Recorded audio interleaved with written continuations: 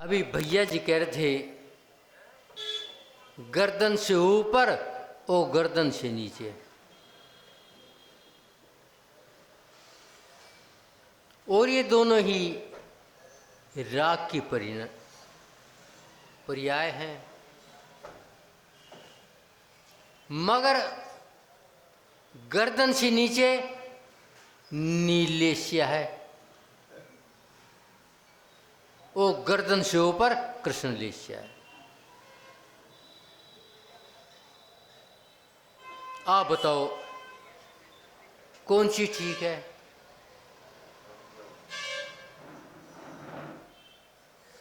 दोनों ही दुख का कारण है। जब वो दृष्टि ऊपर नीचे हटकर अंदर आ जाएगी, जब सुख का कारण बनेगी। अभी हमारी दृष्टि बाहर घूम रही है, और बाहर घूमना ही संसार है।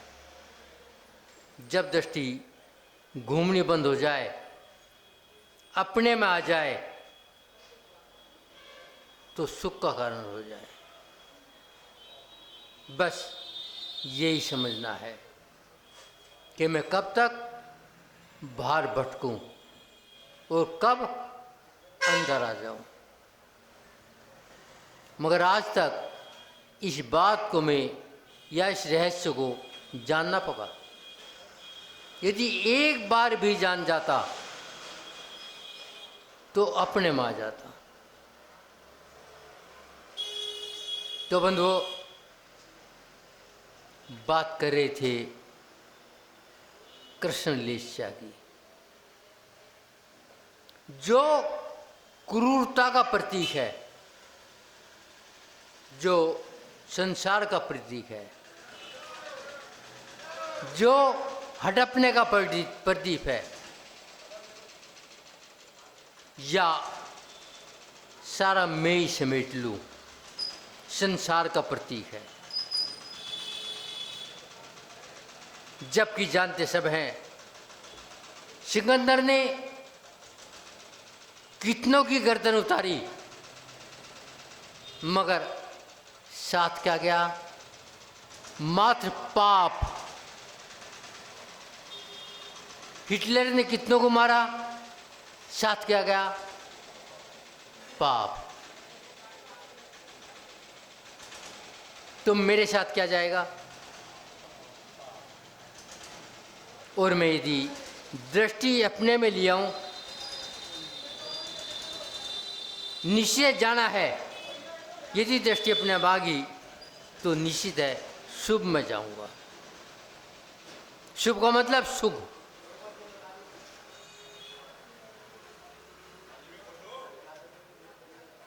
विचार करो, कहाँ जाना है? दुख में, सुख में? सब चाहते हैं सुख में, मगर काम करते हैं दुख का।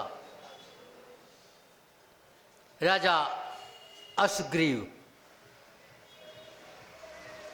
कौन थे? ये प्रतिनारायण थे। और ये प्रभाव आया, किसी कन्या का ब्याह हो रहा था। ये ब्याह यहां ना होकर यहां हो जाए, और वे इस रगड़े में त्रिपृष्ठ ये नारायण थे। रतनपुर में गए और चढ़ाई कर दिया। लाखों व्यक्ति मौत के घाट उतर गए, और राजा अश्वगिरीश भी मौत के घाट उतर गए। क्या मिला? नरक। कौन सा? 33 सागर वाला, बढ़िया, सबसे उत्तम क्वालिटी का, क्योंकि मन में पाप उत्तम क्वालिटी का था। इसी तो कृष्ण लिस्य कहा है। कहीं बारसनियानी है। और उसके बाद में त्रिविष्ट जो नारायण थे अहंकार में भर गए। कि मैंने अश्वगिरी को वध कर दिया। चारों ओर प्रसिद्धि फैल गई। अब वो धरती पर चलना बंद कर दिया, आकाश में उड़ने लगे और सबको मैं जीतूंगा, मैं सबसे बड़ा राजा हूं। इतना परिग्रह इकट्ठा किया कि वो भी मरते पे मई गया, जाते आती सागर की आयु मिलती है। इसे कहते हैं कृष्ण लीला। चाहे परिग्रह रूप हो, चाहे किसी हत्या रूप हो। तो आचार्य कहते हैं बचो, यदि बचना चाहते हो तो। अखबार में बहुत छपती है कई बार।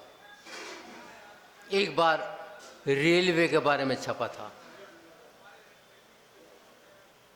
कि रेल की पटरी को चेक करने के लिए इसी आधुनिक युग में भी जो अफसर जाता है वो हाथ की ट्रॉली में बैठ के जाता है।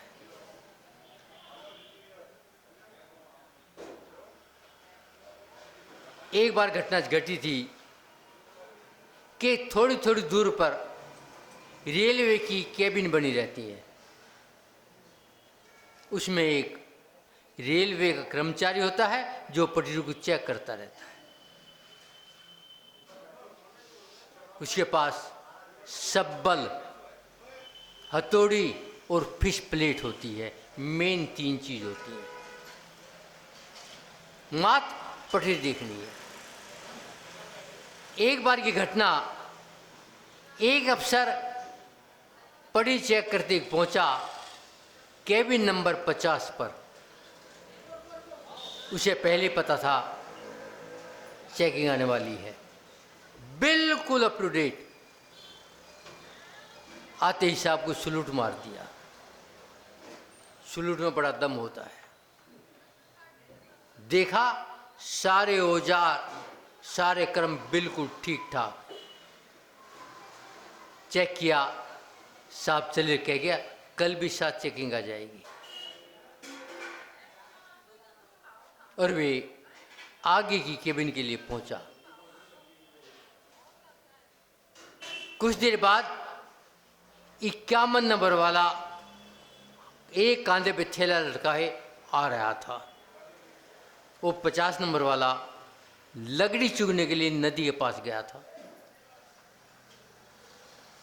दोनों की नजर मिली मगर दृष्टि स्पष्ट नहीं थी। उसने पास में आया तो पहचान लिया ये 51 नंबर वाला है। चेहरा उदास, क्रोध से भरा हुआ। पूछा क्यों भैया, क्या बात हो गई? क्या तेरी केबिन ठीक ठाक नहीं? सब ठीक था मगर साहब ने नहीं जाने क्या क्या ऊटपटांग क्या दिया। फिर अब तू कहाँ जा रहा है? जबकि मैंने कल भी बताया था चेकिंग होगी। अब मैं उसे सबक सिखाने जा रहा हूँ। जैसे ये हेड क्वार्टर है, समझाया मगर जहाँ प्रतिशोध की आग हो समझ में नहीं आता।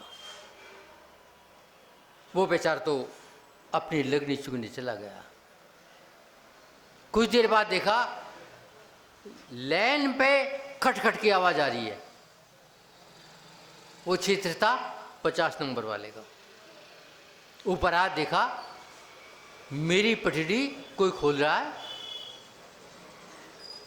लकड़ी वकड़ी छोड़ी और दौड़ा। देखता क्या है, 51 नंबर वाला पटरी खोल रहा था।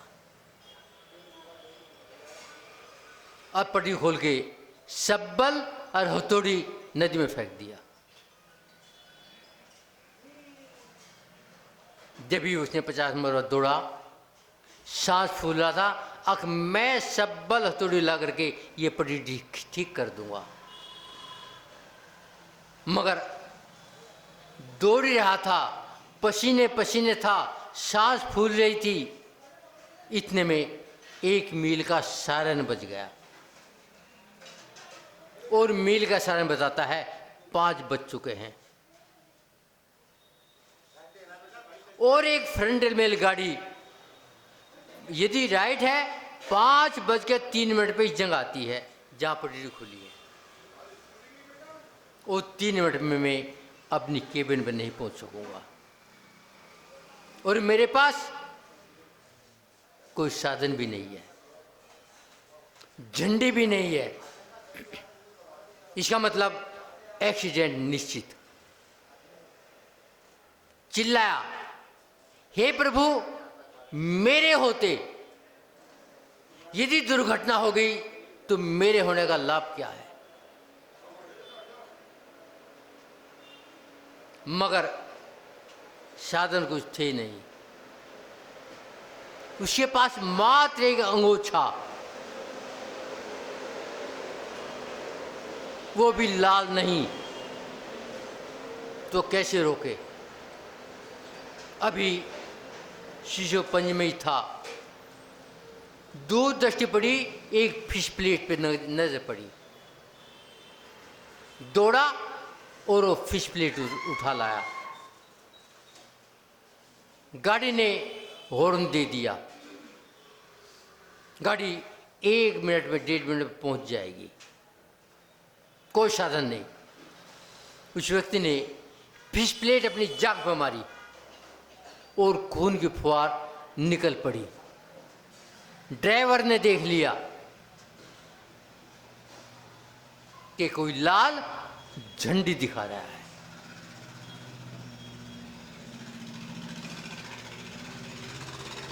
बस वो तो बेहोश होकर गिर पड़ा। हाथ में अपना अंगोछा था। ट्रेन रुक गई, भीड़ इकट्ठी हुई।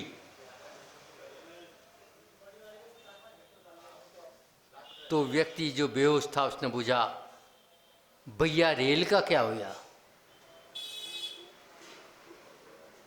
वो कहता है, रेल दुर्घटना से बच गई।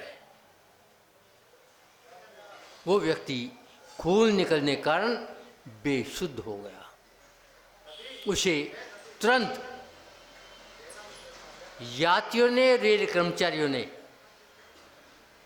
रेलवे के अस्पताल में पहुंचाया। रेल वहीं खड़ी है।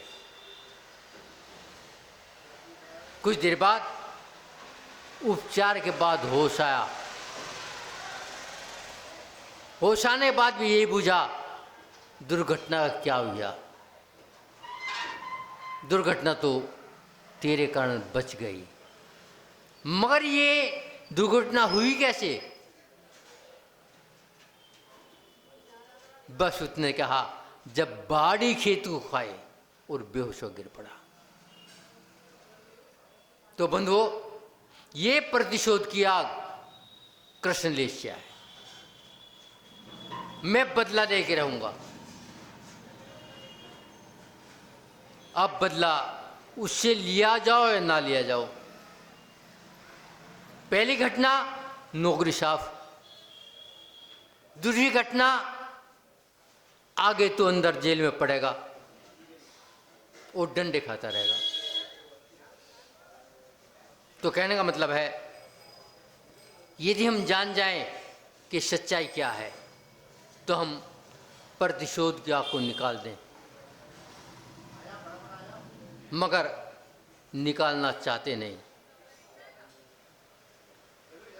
एक बार ये भी अखबार में छटा था, अक्टूबर 2011 में, संस्कार सागर में। ये घटना है मध्य प्रदेश वो गुजरात के बॉर्डर पे राजस्थान की घटना है। एक ओरंजना नाम का शहर, उसमें एक गांधी परिवार, उसका बहुत सुंदर व्यापार और वे धार्मिक दृष्टि से पूरी चरम सीमा पर, उसका इंदौर से लेकर के श्रवणबेल गोला तक पूरा व्यापार फैला हुआ था। मगर उसकी माँ उसी पुराने गांव में, शहर में रहती थी, बड़ी दयावान थी। उसके रहते रहे घटना घटी। 1-2 वर्ष का बालक, उसके माँ बाप मर गए, कोई साधन नहीं। जब उस महिला को पता चला, गुणमाला नाम था, बुजुर्ग औरत थी, हाथ पैर कांपने लगे थे, आंखों की रोशनी कम हो गई थी, मगर दयावान। उसे पता चला तो उसने उस बालक से मिली, जबकि जात का मुसलमान था। उसने कहा कोई बात नहीं, इसकी मैं पढ़ाई की, बीमारी की, भोजन की सारी व्यवस्था मैं देखूंगी। और उसने, गुणमाला ने पूरी व्यवस्था की। मगर जब वो बालक, साहिल नाम था, जब 18 वर्ष का आया, सारे विषण में गिर गया और मौका देख करके मां गुणमाला के पास से सामान उठाता, बेचता और विषण करता। उसका एक दोस्त था अब्दुल करीम, बहुत संबंध थे। उसने बहुत समझाया, गुणमाला ने तेरे लिए क्या क्या नहीं किया, शायद तेरी माँ भी इतना ना करती। वो तो उनके लिए क्या कर रहा है। मगर जब पाप का घड़ा बढ़ता है तो फूटता है। समझ में नहीं आया। उसने सोचा गुणमाला भी टोकती है, क्यों ना ये कांटा निकाल दिया जाए। उसने गुणमाला की हत्या का प्रोग्राम बना लिया और सारा माल मेरा। और अवसर देख करके उसने गुणमाला को मार दिया। बहुत बड़ी महिला थी, प्रसिद्धि थी। तुरंत कार्रवाई हुई, उस पर भी नजर गई, पुलिस ने गिरफ्तार किया। सब पूरे नगर की दृष्टि उसी बालक पे थी, इसने ही मारा है। वो सारे उस बालक को मारने को तैयार, मगर पुलिस ने संरक्षण दिया था। पहले इंक्वायरी तो हो जाए। बहुत पूछताछ हुई, मगर उसने हाँ नहीं भरी। मगर जब बड़े अधिकारी के बात पहुंची, इंक्वायरी बढ़ी, मारपीट हुई, तो उस बालक ने हाँ भर लिया। तो कहने का मतलब है, अब क्या होगा। उसने कहा मेरी से गलती होगी, माफ़ कर देना। तो पुलिस अधिकारी कहते हैं हाँ माफ़ तो करेंगे, लेकिन अपनी रिपोर्ट में ज़्यादा से ज़्यादा सज़ा दी जाए, क्योंकि इसने एक वफादार का हत्या की है। तो कहने का मतलब है ये कृष्ण लेसिया कहाँ से कहाँ पटक देती है। पद्म पुराण में भी एक कहानी आती है कि भीम पांडव का मध्य भाई गहरी नींद में था, मगर दुर्शासन उसने बांधा और जमुना में फेंक दिया।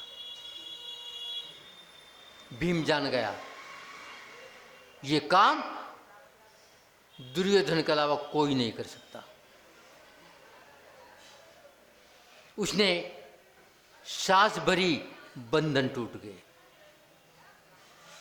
वो जो फेंकने गए थे उनके साथ साथ हस्तिनापुर वापस आ गए। दुर्योधन देखता है ये तो गड़बड़ हो गया, मारना है, जब तक ये नहीं मरेगा हमारा कांटा नहीं निकलेगा। 2-3 बार प्रयास किया गया, अंतिम प्रयास किया गया, उसे जहर भरी खीर खुआई गई। वो जब सोचा मर गया, उसको एक बावड़ी में डाल दिया जहां भयानक अजगर रहते थे। अजगर ने देखा, फड़ मारा, जैसे जैसे फड़ मारता गया भीम की नशा उतरता गया। अजगर सोचता है ये किस तरह का आदमी है, मेरे फुंकार से मर जाए और जिंदा होता रहा है। अंतिम में बुझा तुम कौन हो, बता। मैं मध्य का भाई भीम पांडव हूं। तुझे नशा मेरे मारने से मरा क्यों नहीं? तो भीम कहता है मैं निर्दोष हूं और इसी भाव से मोक्ष जाऊंगा, तो मैं तो मर ही नहीं सकता। तो नाग ने कहा लो एक कटोरा अमृत पी लो। और एक कटोरे अमृत का मतलब है 10 हाथों का बल बढ़ जाना। भीम ने 7 कटोरे तो एक घूंट में पी गया, मतलब 70 हाथों का बल बढ़ गया, निकला और पहुंच गया। कहने का मतलब है हम अपने दुर्भावना से, अपनी कृष्ण लेस्या से अपने कर्मों का बंधन करते रहते हैं और अपने के लिए दुर्गति का रास्ता तय कर लेते हैं, मगर किसका बुरा हो या ना हो ये अपने हाथ में नहीं है। कहने का मतलब है यदि हम अपनी लेस्या शुभ कर ले तो अपना कल्याण कर सकते हैं, अन्यथा अनादिकाल से इस अशुभ में ही घूमते घूमते संसार के चक्कर काट रहे हैं। अब आपको मानव पर्याय मिली है, कुल भी उत्तम है, धर्म भी उत्तम है, वितरागता पा सकते हो और अनंत सुख में जा सकते हो। इसलिए ये अशुभ छोड़ो, शुभ आओ, इसी भावना के साथ अपनी वाणी को विराम देता हूँ। ओम शांति।